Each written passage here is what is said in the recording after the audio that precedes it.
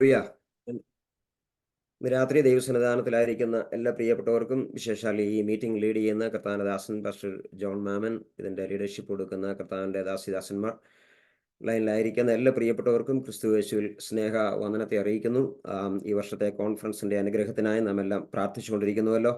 ഇന്ന് രാത്രിയിലെയും പ്രാർത്ഥന അതിന് അനുഗ്രഹത്തിന് കാരണമായി തീരുവാൻ പ്രാർത്ഥനയോടെ നമുക്ക് ദൈവസന്നിധാനത്തിലായിരിക്കാം. ഇതിൻ്റെ മുമ്പിൽ അധ്വാനിക്കുന്ന എല്ലാ ദൈവദാസന്മാരെയും ഓർത്ത് വിശേഷാൽ സ്തോത്രം ചെയ്യുന്നു. ഞാൻ അമേരിക്കയിലെ എൻ്റെ ജീവിതം ആരംഭിച്ചത് ബോസ്റ്റണിലാണ്. അന്നു മുതൽ കർത്താവിൻ്റെ ദാസൻ പാസ്റ്റർ ഡോക്ടർ തോമസ് ഇരിക്കുളയും അദ്ദേഹത്തിൻ്റെ ബ്രദർ ബഥേൽ ജോൺസൺ പാസ്റ്റർ അവരോടൊക്കെ ഒന്നിച്ചായിരുന്നു എൻ്റെ ആദ്യത്തെ ഈ രാജ്യത്തെ ആരാധന. ഏറെ വർഷങ്ങൾക്ക് ശേഷം സ്ഥിരമായി കാണാറുണ്ട്, എങ്കിലും ഇന്ന് രാത്രിയിലും ഒന്നിച്ച് ദൈവസന്നിധാനത്തിലായിരിക്കുവാൻ ഇടയാക്കുന്നു ഓർത്ത് ദൈവത്തിന് സ്തോത്രം ചെയ്യുന്നു. സമയം വളരെ ചുരുക്കമായതുകൊണ്ട് ഞാൻ ശുശ്രൂഷയിലേക്ക് കടക്കുകയാണ്. ദൈവത്തിന് സ്തോത്രം. ഞാൻ എന്നെ പലർക്കും പരിചയമില്ലായിരിക്കാം. എൻ്റെ പേര് ജെയിംസ് ജോർജ്. ഞാനിപ്പോൾ കർത്താനദാസനെ ഓർപ്പിച്ച പോലെ ഒക്ലഹോമയിൽ ശുശ്രൂഷയിലായിരിക്കുന്നു. എൻ്റെ 21-ാമത്തെ വയസ്സിൽ എൻ്റെ വിദ്യാഭ്യാസമുള്ള ബന്ധത്തിൽ ചെന്നൈയിൽ വന്ന സമയത്ത് കർത്താവിനെ സ്വന്തരക്ഷിതാവായി സ്വീകരിക്കുവാൻ ഒരു മർത്തോമ പശ്ചാത്തലത്തിൽ നിന്ന് ദൈവം എനിക്കിടയാക്കി. അവിടെ രക്ഷിക്കപ്പെട്ട് സ്നാനപ്പെട്ട് തുടർന്ന് ചില നാളുകളിൽ ബോംബെയിലായിരുന്നു. 99-ൽ ഈ രാജ്യത്ത് ജോലിയുള്ള ബന്ധത്തിൽ കടന്നു വരുവാനും ഇപ്പോൾ ശുശ്രൂഷയിലായിരിക്കാനും കർത്താവ് സഹായിച്ചു. ഞാനും എൻ്റെ വൈഫ് ജോയ്സും ഇവിടെ ആയിരിക്കുന്നു. മക്കൾ 2 പേർ ഡാലസിലായിരിക്കുന്നു.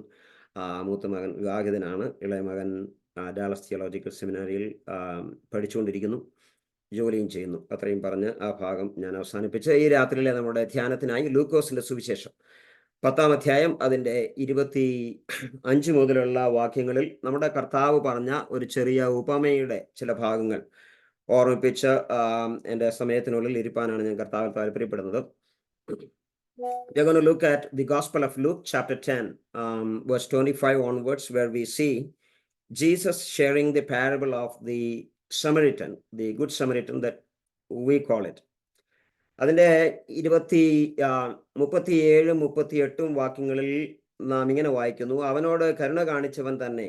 36-ാം വാക്യം, കള്ളന്മാരുടെ കയ്യിൽ അകപ്പെട്ടവന് ഈ മൂവരിൽ ഏവൻ കൂട്ടുകാരനായി തീർന്നു എന്ന് നിനക്ക് തോന്നുന്നു? അവനോട് കരുണ കാണിച്ചവൻ എന്ന് അവൻ പറഞ്ഞു. യേശു അവനോട്, നീയും പോയി അങ്ങനെ തന്നെ ചെയ്യുക എന്ന് പറഞ്ഞു. നമുക്കിതിൻ്റെ പശ്ചാത്തലം വളരെ നന്നായിട്ട് അറിയാവുന്നതുകൊണ്ട് ഞാൻ അധികം വിശദീകരിക്കുന്നില്ല. ന്യായശാസ്ത്രിയായ ഒരു വ്യക്തി കർത്താവിൻ്റെ അരികിൽ വന്ന്, ഞാൻ നിത്യജീവനെ പ്രാപിക്കേണ്ടതിന് എന്ത് ചെയ്യണം എന്ന് ചോദിക്കുന്ന ചോദ്യത്തിൽ അവൻ തന്നെ അതിന് ഉത്തരം കൊടുക്കുന്ന അനുഭവമാണ്. അതിനുശേഷം കർത്താവിനോട്, ആരാണ് എൻ്റെ അയൽക്കാരൻ? മലയാളത്തിൽ കൂട്ടുകാരൻ എന്ന് എഴുതിയിരിക്കുന്നുവെങ്കിലും ഇംഗ്ലീഷ് ബൈബിളിൽ അത് ആരാണ് എൻ്റെ അയൽക്കാരൻ എന്ന് ചോദിക്കുന്ന ചോദ്യത്തിന് നമ്മുടെ കർത്താവ് ഈ ശമരിയാക്കാരൻ്റെ അല്ലെങ്കിൽ നല്ല ശമരിയാക്കാരൻ്റെ മറുപടിയായി ഉപമ പറയുന്നതാണ് ആ ഭാഗത്ത് നാം വായിക്കുന്നത്. ഇവിടെ ഒരു പ്രധാന ചോദ്യം തുടക്കത്തിലെ നാം കാണുന്നുണ്ട്. നിത്യജീവനെ പ്രാപിക്കേണ്ടതിന് ഞാൻ എന്ത് ചെയ്യണം? What shall I do to inherit eternal life? Okay, ഇത് നമ്മൾ ഒരിക്കൽ ചോദിച്ച് എന്നേക്കുമായി അവസാനിപ്പിച്ച ഒരു ചോദ്യമാണ്. എന്നാൽ ഇവിടെ ഇന്ന് രാത്രി ഈ മെസ്സേജിലേക്ക് കടക്കും മുമ്പ് തന്നെ ഞാൻ ഓർമ്മിപ്പിക്കുകയാണ്, നാം ദിനംതോറും ചോദിക്കേണ്ട ഒരു ചോദ്യമാണ്. ദൈവത്തിന് സ്തോത്രം. നമ്മൾ ഒരിക്കൽ രക്ഷിക്കപ്പെട്ടു, കർത്താവിൻ്റെ രാജ്യത്തെ ലാക്കാക്കി നാം യാത്ര ചെയ്യുകയാണ് നാം. എങ്കിൽ പോലും ഓരോ ദിവസവും നാം ദൈവസന്നിധാനത്തിലേക്ക് അടുത്ത് വരുമ്പോൾ നമുക്ക് ഒത്തിരി ചോദ്യങ്ങളുണ്ട്, നമുക്ക് ഒത്തിരി പ്രയർ റിക്വസ്റ്റുകളുണ്ട്. നമ്മുടെ ഫൈനാൻഷ്യൽ നീഡ്സ്, നമ്മുടെ ഫിസിക്കൽ നീഡ്സ്, നമ്മുടെ ഫാമിലി നീഡ്സ്, ഇതൊക്കെ നാം പ്രാർത്ഥിക്കുമ്പോഴും നാം ഒഴിവാക്കുന്ന ഒന്നുണ്ട്, നിത്യജീവനെ പ്രാപിക്കേണ്ടതിന് ഞാൻ എന്ത് ചെയ്യണം? എന്നാൽ നാം അത് രക്ഷിക്കപ്പെടാത്ത ഒരു സമൂഹത്തിന് വേണ്ടി വിട്ടുകൊടുത്തിരിക്കുകയാണ്. എന്നാൽ ഇന്ന് രാത്രി ഈ ചോദ്യം ചോദിച്ച വ്യക്തിയെക്കുറിച്ചൊന്ന് ചിന്തിക്കുമ്പോൾ നമുക്ക് മനസ്സിലാക്കുവാൻ കഴിയും, നാമും വളരെ സീരിയസ് ആയി ചോദിക്കേണ്ട ഒരു ചോദ്യമാണത്. കർത്താവെ, നിത്യജീവൻ പ്രാപിക്കേണ്ടതിന് ഞാൻ എന്ത് ചെയ്യണം? കാരണം ഈ ചോദ്യം ചോദിച്ചയാൾ ചില്ലറക്കാരനൊന്നുമല്ല. ദൈവവചനം ഇംഗ്ലീഷിൽ അതിനെക്കുറിച്ച് എഴുതിക്കുന്നത് you was an expert of the law എന്നാണ്, അല്ലെ? ന്യായപ്രമാണം സംബന്ധിച്ച് ശാസ്ത്രിയായ ആ മനുഷ്യൻ അത് ചോദിക്കേണ്ട പേരിലെ ഉദ്ദേശമൊക്കെ നമ്മുടെ കാണുന്നുണ്ട്. എങ്കിൽ പോലും പ്രാരംഭത്തെ ഞാൻ ഉറപ്പിക്കട്ടെ, this is something that we have to ask the lord every day. കർത്താവിനോട് ഈ മനുഷ്യൻ ചോദിക്കുകയാണ്, ആരാണ് എൻ്റെ അയൽക്കാരൻ അഥവാ എൻ്റെ കൂട്ടുകാരൻ? നമുക്കറിയാം, അയൽക്കാരൻ ആരാണെന്ന് ചോദിക്കുന്നതിന് രണ്ടാമതൊരർത്ഥമൊന്നുമില്ല, എന്നോടടുത്ത് താമസിക്കുന്ന വ്യക്തിയാണ് എൻ്റെ അയൽക്കാരൻ. അത് നമുക്കെല്ലാം അറിയാം. എന്നാൽ അതാണ് താൻ ഉദ്ദേശിച്ചതെങ്കിൽ തീർച്ചയായിട്ടും ബുദ്ധിമാനായ മനുഷ്യൻ ആ ചോദ്യം ചോദിക്കേണ്ട ആവശ്യമില്ല. അപ്പോൾ ആ അയൽക്കാരൻ എന്ന വാക്കിന് അതിനപ്പുറമായ വിശാലമായ ഒരർത്ഥമുണ്ട്. അതാണ് ഇന്ന് രാത്രി കർത്താവ് ഈ ഭാഗത്തൂടെ നമ്മോട് സംസാരിപ്പാൻ തക്കവണ്ണം താല്പര്യപ്പെടുന്നത്. നമുക്കറിയാം, ഇത് വളരെ പരിചിതമായ ഒരു സ്റ്റോറി ആയതുകൊണ്ട് ഞാനത് വിശദീകരിക്കുന്നില്ല. 3 പേർ ഈ ഭാഗത്തൂടെ കടന്നു പോകുന്നു. ഒരു പുരോഹിതൻ കടന്നു പോകുന്നു. താന് ഈ അർദ്ധനഗ്നനായി വഴിയരികിൽ കിടക്കുന്ന ആ മനുഷ്യനെ കണ്ടില്ല എന്ന് ഭവിച്ച് താൻ പോകുന്ന കാര്യം നമുക്കറിയാം. യഹൂദിനെ സംബന്ധിച്ചിടത്തോളം റിട്ടൺ ലോയും ഉണ്ട്, ഓറൽ ലോയും ഉണ്ട് എന്ന് നമുക്കറിയാം. ഓറൽ ലോയുടെ എല്ലാം കൂടെ സംക്ഷിപ്ത രൂപമാണല്ലോ തൽമൂദ്. അപ്പോൾ മോശയുടെ പ്രമാണം അനുസരിച്ച് പുരോഹിതൻ ഡെഡ് ബോഡിയുടെ അടുത്തേക്ക് പോകുവാനോ ടച്ച് ചെയ്യുവാനോ ഒന്നും അനുവാദം നൽകാതെ ഇരിക്കുമ്പോൾ തന്നെ യഹൂദന്റെ തൽമൂദ് അനുസരിച്ച് അഥവാ ഓറൽ ലോ അനുസരിച്ച് ഈ മനുഷ്യൻ അർദ്ധപ്രാണനായി കിടക്കുന്ന ഒരു മനുഷ്യനെ ഹെൽപ്പ് ചെയ്യാനുള്ള ഒരു മോറൽ റെസ്പോൺസിബിലിറ്റി പുരോഹിതനുണ്ടായിരുന്നു. എന്നാൽ താൻ അത് ഇഗ്നോർ ചെയ്ത് മുമ്പോട്ട് പോകുന്ന കാഴ്ച നമുക്കവിടെ കാണാൻ കഴിയും. രണ്ടാമത് നാം അവിടെ കാണുന്നത് ഒരു ലേവ്യനെയാണ്. ഈ ലേവ്യനും നമുക്കറിയാം അന്നത്തെ സമൂഹത്തിൽ വളരെ അപ്പർ ക്ലാസ് ആയിട്ടുള്ള ഒരു മനുഷ്യനാണ്. എന്നാൽ ആ മനുഷ്യനും അർദ്ധപ്രാണനായി കിടക്കുന്ന ഈ മനുഷ്യനെ കണ്ടില്ല എന്ന് നടിച്ച് മുമ്പോട്ട് പോകുന്ന കാഴ്ച നമുക്ക് കാണാൻ കഴിയും. നോക്കിയേ, ഇവിടെ ഈ 2 കൂട്ടരും മാറിപ്പോയ സ്ഥാനത്താണ് മൂന്നാമത് ശമര്യയിൽ നിന്നുള്ള ഒരു വ്യക്തി, അഥവാ ശമര്യക്കാരൻ എന്ന് കർത്താവ് പറയുന്ന ഈ വ്യക്തി വന്ന് ഇവിടെ തന്നെ പരിചരിക്കുന്നത്, തനിക്ക് വേണ്ട കെയർ എല്ലാം കൊടുക്കുന്നത്. ഇതാണല്ലോ സ്റ്റോറി. നമുക്ക് ഈ ശമര്യക്കാരനെ പോലെ ആകുവാൻ നമുക്കെല്ലാം വളരെ ആഗ്രഹമുള്ളവരാണ്. We all want to be like the Samaritan. We all want to do good all the time. We always wanted to do compassion. We always wanted to show to the world that we really care for others. ഇതൊക്കെ നമ്മുടെ ഉള്ളിലുള്ള ആഗ്രഹമാണ്. ഇവിടെ ഈ ശമരിയക്കാരനെ പോലെ ജീവിക്കുവാൻ നമുക്ക് ആഗ്രഹമുണ്ടെങ്കിലും ഈ പുരോഹിതനും ലേവ്യനെയും സ്വാധീനിച്ച ചില കാര്യങ്ങളാണ് ഇതിനൊക്കെ കാൽവെക്കുവാൻ കൊണ്ട് നമ്മെ അനുവദിക്കാതെ. എന്തായിരുന്നു ഈ ലേവ്യനെയും പുരോഹിതനെയും ഇതിലേക്ക് അല്ലെങ്കിൽ ഒരു പ്രവൃത്തിയുടെ പാതയിലേക്ക് കൊണ്ടുവരുവാൻ്റെ കോണം അവരെ പ്രേരിപ്പിക്കാതിരുന്ന കാര്യം എന്താണെന്ന് ചോദിച്ചാൽ, എൻ്റെ ചിന്തയിൽ ഞാൻ ഇങ്ങനെ പറയും. ഈ അർത്ഥപ്രാണനായി രക്തം വാർന്നു കിടക്കുന്ന ഈ മനുഷ്യനെ സഹായിക്കുവാൻ ഇറങ്ങി പുറപ്പെട്ടാൽ, അല്ലെങ്കിൽ അതിനുവേണ്ടി സമയവും റിസോഴ്സസും ഒക്കെ ചിലവഴിച്ചാൽ, what will happen to me എന്നതായിരുന്നു ഇവരുടെ രണ്ടുപേരുടെയും ചിന്ത. ഞാനൊരു പുരോഹിതനാണ്, എൻ്റെ വസ്ത്രത്തിൽ കേടുപാടുകൾ പറ്റും, എനിക്ക് പ്രമാണമനുസരിച്ച് ഇത് ചെയ്യുവാൻ കഴിയുകയില്ല, ഇതിനൊത്തിരി കോൺസിക്വൻസ് ഒക്കെ ഉണ്ട്. അപ്പോൾ താനൊരു what will happen to me എന്നുള്ള ഒരു ചോദ്യം ഒരു നന്മ പ്രവൃത്തിയിൽ നിന്ന് തന്നെ പുറകോട്ട് വലിക്കുവാനിടയായി തോന്നുന്നു. ലേവ്യനെ സംബന്ധിച്ചിടത്തോളം അത് തന്നെയാണ് നാം അവിടെ കാണുന്നത്. ലേവ്യനും ചിന്തിക്കുന്നത് എനിക്കെന്ത് സംഭവിക്കും. നോക്കിയേ, ഈ ലേവ്യനും പുരോഹിതനും മാറി നിന്ന സ്ഥലത്ത് what made this good Samaritan come forward and take care of this wounded person, അതാണ് ഇന്ന് രാത്രി നാം ചിന്തിക്കുന്നത്. ഇവരിൽ നിന്ന് രണ്ടുപേരിൽ നിന്നും വ്യത്യസ്തമായി ചിന്തിക്കുവാൻ ഈ ശമരിയക്കാരൻ തയ്യാറായി എന്നുള്ളതാണ് ഈ 3 പേരെ കുറിച്ചുള്ള പ്രസ്താവനയിൽ ശമരിയക്കാരനെ വ്യത്യസ്തനായി തീർന്നു. The Samaritan man thought the opposite. The Samaritan man thought what will happen to him if I do not help him. ദൈവങ്ങളെ, ഇതാണ് ഇന്ന് രാത്രി ഈ ഭാഗത്ത് നിന്ന് ഞാൻ പ്രാരംഭമായി ഓർപ്പിക്കാൻ ആഗ്രഹിക്കുന്ന ഒരു സന്ദേശം. ദൈവത്തിന് സ്തോത്രം. many times we step away from our responsibilities fearing the consequences of what we do. നമ്മൾ ചെയ്യുന്നതിന്റെ കോൺസിക്വൻസ് എന്തായിരിക്കും എന്നുള്ള ഒരു ഭയത്തിൽ നാം പലപ്പോഴും മാറിപ്പോവുകയാണ്. നമ്മുടെ കംഫർട്ട് സോണിൽ നിന്ന് നമ്മുടെ ടൈം ആൻഡ് റിസോഴ്സസ് ഒക്കെ പലതിനു വേണ്ടിയും ചെലവാക്കി നമ്മെ പുറകോട്ട് വലിക്കുന്ന ഒരു കാര്യം എന്ന് പറയുന്നത്, there is a cost to pay. There is some kind of resources that I have to sacrifice. ഈ ചിന്ത നമ്മെ ഉൾവലിയുവാൻ പ്രേരിപ്പിക്കുമ്പോൾ ഒരു മനുഷ്യന്റെ കഷ്ടാവസ്ഥയിൽ കണ്ടിട്ട് അവനോട് ഐഡന്റിഫൈ ചെയ്തിട്ട് ഈ ശമരിയക്കാരൻ ചിന്തിക്കുകയാണ്, ഞാൻ ഇവനെ സഹായിച്ചില്ലെങ്കിൽ ഇവന്റെ സ്ഥിതി എന്താകും. ദൈവത്തിന് സ്തോത്രം. So this is where the paradigm shift should happen in our life. This is where the transformation has to happen in our life. The thinking outside the box, or change in thinking, or change in perspective, a change in our outlook towards the needy people around us. നമ്മുടെ ചുറ്റുപാടുമുള്ള അർഹരായ ആവശ്യത്തിലിരിക്കുന്ന അനേകരെ കണ്ടില്ല എന്ന് നടിച്ചു പോകുന്ന നമ്മുടെ ആ ചിന്താഗതിക്ക് വലിയ ട്രാൻസ്ഫോർമേഷൻ ഉണ്ടാകണം. ദൈവത്തിന് സ്തോത്രം. ഈ ശമരിയക്കാരന്റെ സ്റ്റോറിയിൽ നിന്ന് നമ്മുടെ കർത്താവ് നമ്മെ പഠിപ്പിക്കുവാൻ ആഗ്രഹിക്കുന്ന പ്രധാനമായ ഒരു കാര്യമാണ്. ദൈവത്തിന് സ്തോത്രം. ഈ പുരോഹിതനും ഈ ലേവ്യനുമൊക്കെ തങ്ങൾക്ക് അതുമൂലം ഉണ്ടാകുന്ന കഷ്ടനഷ്ടങ്ങളെ കുറിച്ച് ഓർത്ത് സ്വയം വലിഞ്ഞപ്പോൾ ശമരിയക്കാരനായ ഒരർത്ഥത്തിൽ ഈ ആളിനെ സഹായിപ്പാൻ പ്രത്യേകിച്ച് റെസ്പോൺസിബിലിറ്റി ഒന്നുമില്ലാത്ത, I would assume that probably this man was a Jew, എന്നാൽ അവിടെ ആ മനുഷ്യനെ സഹായിപ്പാൻ തക്കണം ശമരിയക്കാരനെ പ്രേരിപ്പിക്കുന്നത് ഞാൻ ഉപേക്ഷിച്ചിട്ട് പോയാൽ ഇവന്റെ സ്ഥിതി എന്താകും എന്നുള്ളതാണ്. ദൈവത്തിന് സ്തോത്രം. ദൈവമക്കളെ, നന്മ ചെയ്യുവാൻ ഒരുവന്റെ ഉള്ളിൽ ആഗ്രഹമുണ്ടാകണമെങ്കിൽ the origin of the thought that I should do some good originates from this point, where what will happen to them if I don't help? What will happen to them if I don't extend a hand of care and help to that person? ആ ചിന്തയാണ് ഈ മനുഷ്യനെ നന്മ ചെയ്യുവാൻ തക്കവണ്ണം പ്രേരിപ്പിച്ചിരിക്കുന്നത്. ഇവിടെ നമുക്കറിയാം, Wesley ഒരിക്കൽ ഇങ്ങനെ പറയുവാനിടയായി തീർന്നു. ജോൺ വെസ്ലി പറഞ്ഞു, a good man always search to do good. ആ വാക്യം ഒന്ന് ശ്രദ്ധിക്കണേ നിങ്ങൾ, ആ വാചകം. a good man always search. നോക്കിയേ, ഒരു നല്ല മനുഷ്യൻ എല്ലാ നേരവും തിരയുകയാണ്. Where can I do good and how can I do good? നാമും ആ സ്റ്റേറ്റ്മെന്റ് തമ്മിൽ എത്രയോ അന്തരമുണ്ട്.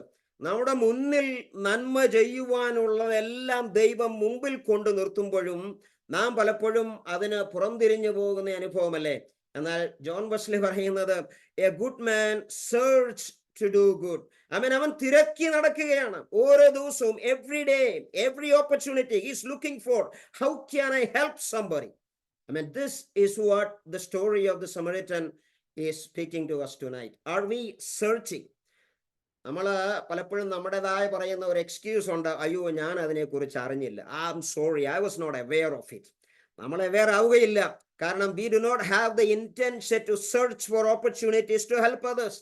അതാണ് നമ്മുടെ എല്ലാം ഒരു നേച്ചർ എന്ന് പറയുന്നത്. ഇവിടെ കർത്താവ് ചോദിക്കുകയാണ്, കയ്യിൽ അകപ്പെട്ട ഈ 3 പേരിൽ അവൻ കൂട്ടുകാരൻ ആരാണ് ഇവന് കൂട്ടുകാരനായി തീർന്നു എന്ന് പറയുന്ന അവന്റെ വാക്കിലും യഹൂദന്റെ ഒരു പ്രൈഡും പ്രിജുഡീസും ഒക്കെ നമുക്ക് ഇവിടെ കാണാൻ കഴിയും. കർത്താവ് വളരെ വ്യക്തമായിട്ടാണ് പറഞ്ഞത് 3 വ്യക്തികളെ കുറിച്ച്. ആരെക്കുറിച്ചാണ്? പുരോഹിതൻ, ലേവ്യൻ, ശമരിയക്കാരൻ. അങ്ങനെയാണെങ്കിൽ ഇവരിൽ ആരാണ് നല്ല സ്നേഹിതൻ, നല്ല അയൽക്കാരൻ എന്നുള്ള ചോദ്യത്തിന് സ്വാഭാവികമായിട്ടും ഉണ്ടാകേണ്ട ആൻസർ ഒന്നുകിൽ ഒരു ലേവ്യൻ, ഒന്നുകിൽ ഒരു പുരോഹിതൻ, അല്ലെങ്കിൽ ശമരിയക്കാരൻ എന്നായിരുന്നു. എന്നാൽ ഈ മനുഷ്യന്റെ വാക്ക് കേട്ടെ, ഈ യഹൂദനായ ശമരിയക്കാരെ ഒട്ടും ഇഷ്ടമില്ലാത്ത ഈ മനുഷ്യന്റെ ഉള്ളിലെ അവന് ആ ഒരു സമൂഹത്തോടുള്ള അവന്റെ വെറുപ്പ് ആ വാക്കിൽ നമുക്ക് കാണാൻ കഴിയും. അവൻ ശമരിയക്കാരൻ എന്നുള്ള വാക്ക് അവിടെ എടുത്തു പറയുന്നില്ല, പകരം പറയുകയാണ് the one who showed mercy, കരുണ കാണിച്ചവൻ. ദൈവത്തിന് സ്തോത്രം. അപ്പോൾ നമ്മുടെ കർത്താവിന്റെ ഓരോ വാക്കുകളും it was like pounding on their hypocrisy. അവരുടെ ന്യായശാസ്ത്രിയാണെന്ന് അവകാശപ്പെടുമ്പോൾ തന്നെ he was claiming, or he is a well-known expert of the law, but even with that knowledge of the scripture, he is not willing to go beyond the borders and love the Samaritans. അവിടെയാണ് തന്റെ വാക്കിൽ നിന്ന് ശമരിയക്കാരൻ എന്നുള്ള വാക്ക് പോലും താൻ ഉച്ചരിക്കാതെ താൻ പറയുകയാണ്, കരുണ കാണിച്ചവൻ എന്ന് പറഞ്ഞ് താൻ മറുപടി പറയുകയാണ്. ദൈവത്തിന് സ്തോത്രം. നോക്കിയേ, കർത്താവിന്റെ വാക്കുകൾ നമുക്കറിയാം, അവരുടെ ഹൃദയത്തിൽ നന്നായി തറയ്ക്കുന്നതായിരുന്നു. കർത്താവിനറിയാം, ഇവന്റെ നാവ് കൊണ്ട് ഇവൻ ഒരിക്കലും ശമരിയക്കാരെ അംഗീകരിക്കുവാൻ പോകുന്നത്. എന്റെ ഭാവനയിൽ ഞാൻ ചിന്തിക്കുകയാണ്, ലേവ്യന്റെയും പുരോഹിതന്റെയും ഒക്കെ കാര്യം പറഞ്ഞു വരുമ്പോൾ ഒരു പക്ഷെങ്കിൽ ആ മനുഷ്യൻ വിചാരിച്ചു കാണും, ഇത് നല്ലവനായി കർത്താവ് ചിത്രീകരിക്കാൻ പോകുന്നത് ഞങ്ങളിൽ ഒരുവനെ ആയിരിക്കാമെന്ന്. എന്നാൽ കർത്താവ് ആ പാരബിൾ കൊണ്ട് അവസാനിക്കുന്നത് ശമരിയക്കാരനിലാണ്. ദൈവത്തിന് സ്തോത്രം. ദൈവങ്ങളെ, ഈ ശമരിയക്കാരനിൽ നിന്ന് നമുക്ക് പഠിക്കുവാൻ പറ്റുന്ന പാഠം എന്ന് പറയുന്നത്, he was willing to give away his resources, his time and money in this case. നോക്കി, ഇവനിവിടെ 2 സിൽവർ കോയിൻസ് ചെലവഴിക്കുകയാണ്. നാം ആ ഭാഗമൊക്കെ കമന്ററികളൊക്കെ വായിച്ചു പഠിക്കുമ്പോൾ മനസ്സിലാകും, ഒരാൾക്ക് ഏകദേശം 24 ദിവസം ഒരു സിൽവർ കോയിൻ കൊണ്ട് ഒരാൾക്ക് അന്നത്തെ കാലത്ത് 12 ദിവസം ജീവിക്കാമെന്നാണ് നാം വായിക്കുന്നത്. അങ്ങനെയുള്ള കണക്കെടുത്താൽ തന്നെ 24 ദിവസത്തെ തന്റെ അധ്വാനം അല്ലെങ്കിൽ തന്റെ ജീവിതത്തിന്റെ ചെലവ് ഈ മനുഷ്യൻ ഈ അറിയില്ലാത്ത ഈ സ്ട്രേഞ്ചറിന് വേണ്ടി നൽകുകയാണ്. ദൈവത്തിന് സ്തോത്രം. നമുക്ക് we see lot of people around us. We see a lot of people who claim to be Christians. We claim to be Pentecostals. We claim to be the children of God.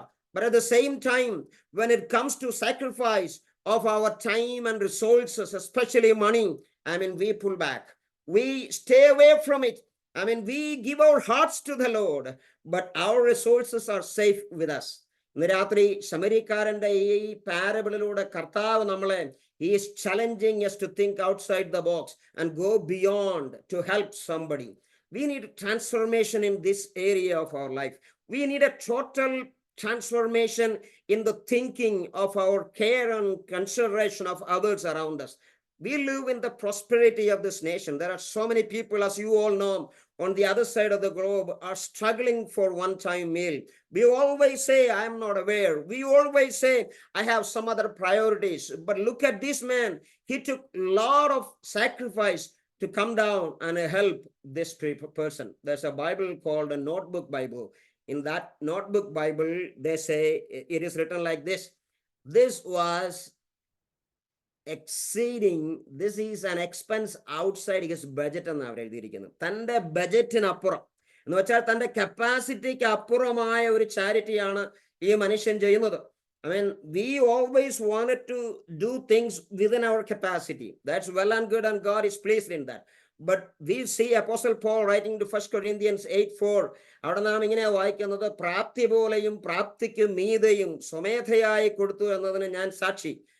Paulus is talking about the generous gift of the Macedonian churches. അവിടെ താൻ പറയുകയാണ്, people went beyond their capacity. They went out of their budget to help others. 8-ാം അധ്യായം തന്നെ 12-ാം വാക്യത്തിൽ പൗലോസ് പറഞ്ഞ് അവസാനിപ്പിക്കുമ്പോൾ ആ വിഷയം, ഒരുത്തിന് മനസ്സൊരുക്കമുണ്ടെങ്കിൽ പ്രാപ്തി പോലെയല്ല, പ്രാപ്തിയുള്ളതിന് മീതെ കൊടുത്താൽ അവന് ദൈവപ്രസാദം ലഭിക്കും. ദൈവത്തിന് സ്തോത്രം. ദൈവക്കളെ, ഈ മനുഷ്യൻ വന്ന് എണ്ണയും വീഞ്ഞും ഒക്കെ പകർന്ന് ഈ മനുഷ്യന് ആശ്വാസം കൊടുക്കുന്ന കാഴ്ച നമുക്ക് അവിടെ കാണാൻ കഴിയും. നമ്മുടെ എല്ലാം കയ്യിൽ എണ്ണയും ഉണ്ട്, വീഞ്ഞുമുണ്ട്. നമ്മുടെ എല്ലാം കയ്യിൽ എല്ലാ റിസോഴ്സസും ഉണ്ട്.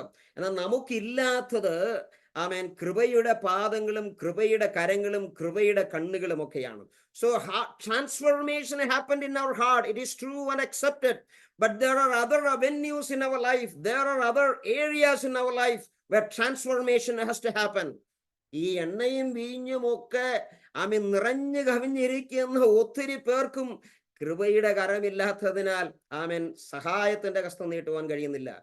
എണ്ണയും വീഞ്ഞും വാഹനങ്ങളും ഒക്കെ ധാരാളം ഉള്ളവർക്കും കരുണയുള്ള ഒരു കണ്ണില്ലാത്തതിനാൽ അർത്ഥപ്രാണരായി കിടക്കുന്നവരുടെ അടുക്കിലേക്ക് സഹായവുമായി ഇറങ്ങി ചെല്ലുവാൻ കഴിയുന്നില്ല. നാം പറയാറുണ്ടല്ലോ, കണ്ണുണ്ടെങ്കിലും കാണാതെ പോകുന്നവർ, കണ്ണുണ്ടെങ്കിലും കാണാത്തവർ എന്നൊക്കെ നാം പറയുന്ന അനുഭവത്തിൽ ഇവിടെ ലേവ്യനും പുരോഹിതനും they always thought about what will happen to us, but it was only this man who was hated by everybody around, and especially the Jews, was the one who came forward to help this man. Hallelujah. ദൈവമക്കളെ, ഇന്ന് രാത്രി ഈ തിരുവചന ഭാഗത്തു നിന്ന് ദൈവം നമ്മുടെ ഉള്ളത്തിൽ ഒരു ട്രാൻസ്ഫോർമേഷൻ വരുവാൻ ആഗ്രഹിക്കുന്നുണ്ട്. He was very sacrificial. അല്ലെ, നമുക്കറിയാം, താൻ വാഹനത്തിൽ കയറ്റിയെന്ന വാഹനം എന്നുള്ളത് ഒരു പക്ഷേ വാഹന മൃഗമായിരിക്കാം.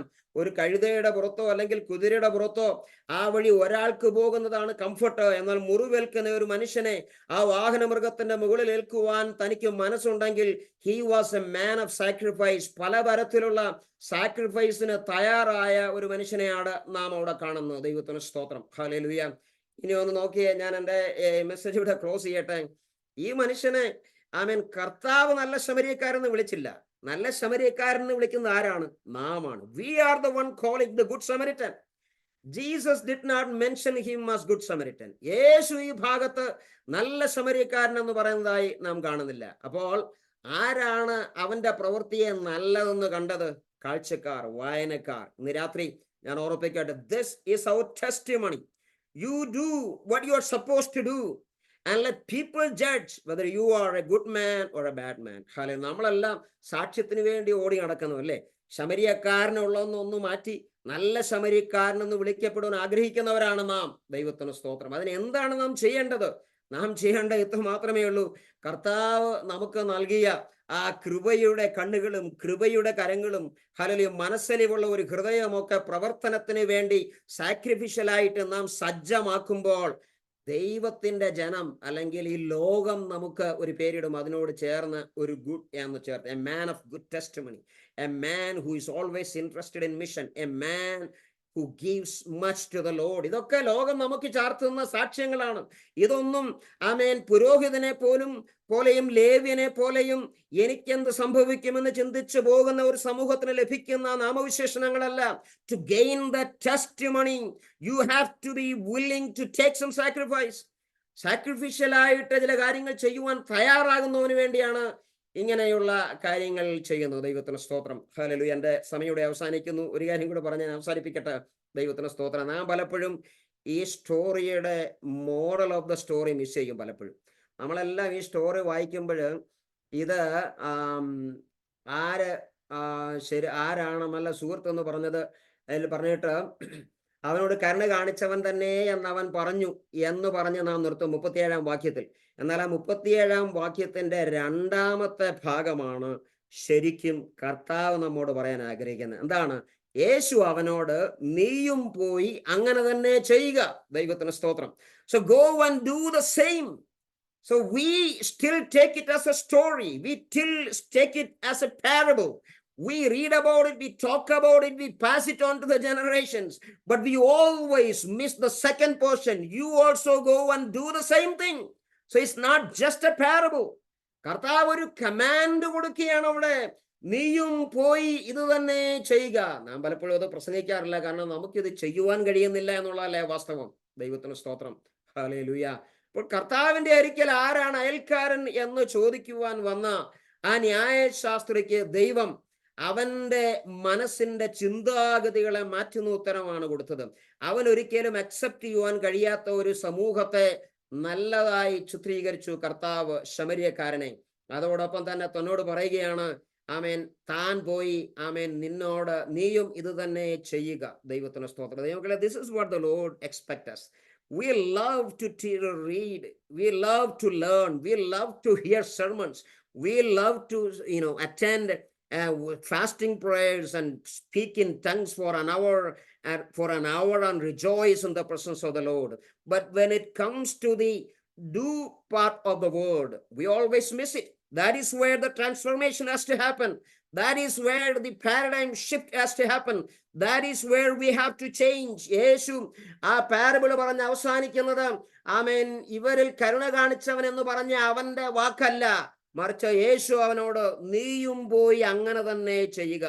ശമര്യക്കാരന്റെ ജീവിതവും ശമര്യക്കാരന്റെ സ്റ്റോറിയും ആമേൻ നമ്മിലൂടെ പൂർത്തീകരിക്കപ്പെടണം ഈ ലോകത്തിൽ. ദൈവത്തിന് സ്തുതി. The story of Samaritan will come alive when we are willing to do this. The story of Samaritan, Good Samaritan, will come to an end only when we step out to do what the Lord has commanded. Hallelujah. എൻ്റെ വാക്കുകളെ ഇവിടെ നിർത്തട്ടെ. ആമേൻ. നാം ഇങ്ങനെ ആമേൻ സ്റ്റോറികൾ, parable വായിച്ച് അതിനകത്തിലെ ക്യാരക്ടേഴ്സിന്റെ ഒക്കെ സ്വഭാവവിശേഷങ്ങൾ കണ്ടു മനസ്സിലാക്കുന്നവരല്ല. അതിന്റെ അവസാനം മാത്രമല്ല, അതിന്റെ അവസാനം കർത്താവ് പറഞ്ഞ വാക്ക് നമ്മുടെ മനസ്സിനെ സ്വാധീനിപ്പാനിടയായി തീരട്ടെ. നീയും പോയി അങ്ങനെ തന്നെ ചെയ്യുക. നമുക്ക് ഈ ദിവസങ്ങളിലെ കോൺഫറൻസുകൾ മൂലം, നമുക്ക് ഈ ദിവസങ്ങളിൽ ദൈവമക്കളെ നാം ധാരാളം കേൾക്കുന്നുണ്ട്. നാം ഇഷ്ടം പോലെ കേട്ടു. നമ്മെ പോലെ ദൈവവചനം കേട്ടിട്ട് ഒരു കമ്മ്യൂണിറ്റി വേറെ ഉണ്ടോ എന്നുള്ള സംശയമാണ്. But at the end it all comes to one question. It all comes to one command of the Lord. Go and do the same. ദൈവം ഈ വചനങ്ങളാൽ നമ്മെ അനുഗ്രഹിക്കട്ടെ. Thank U.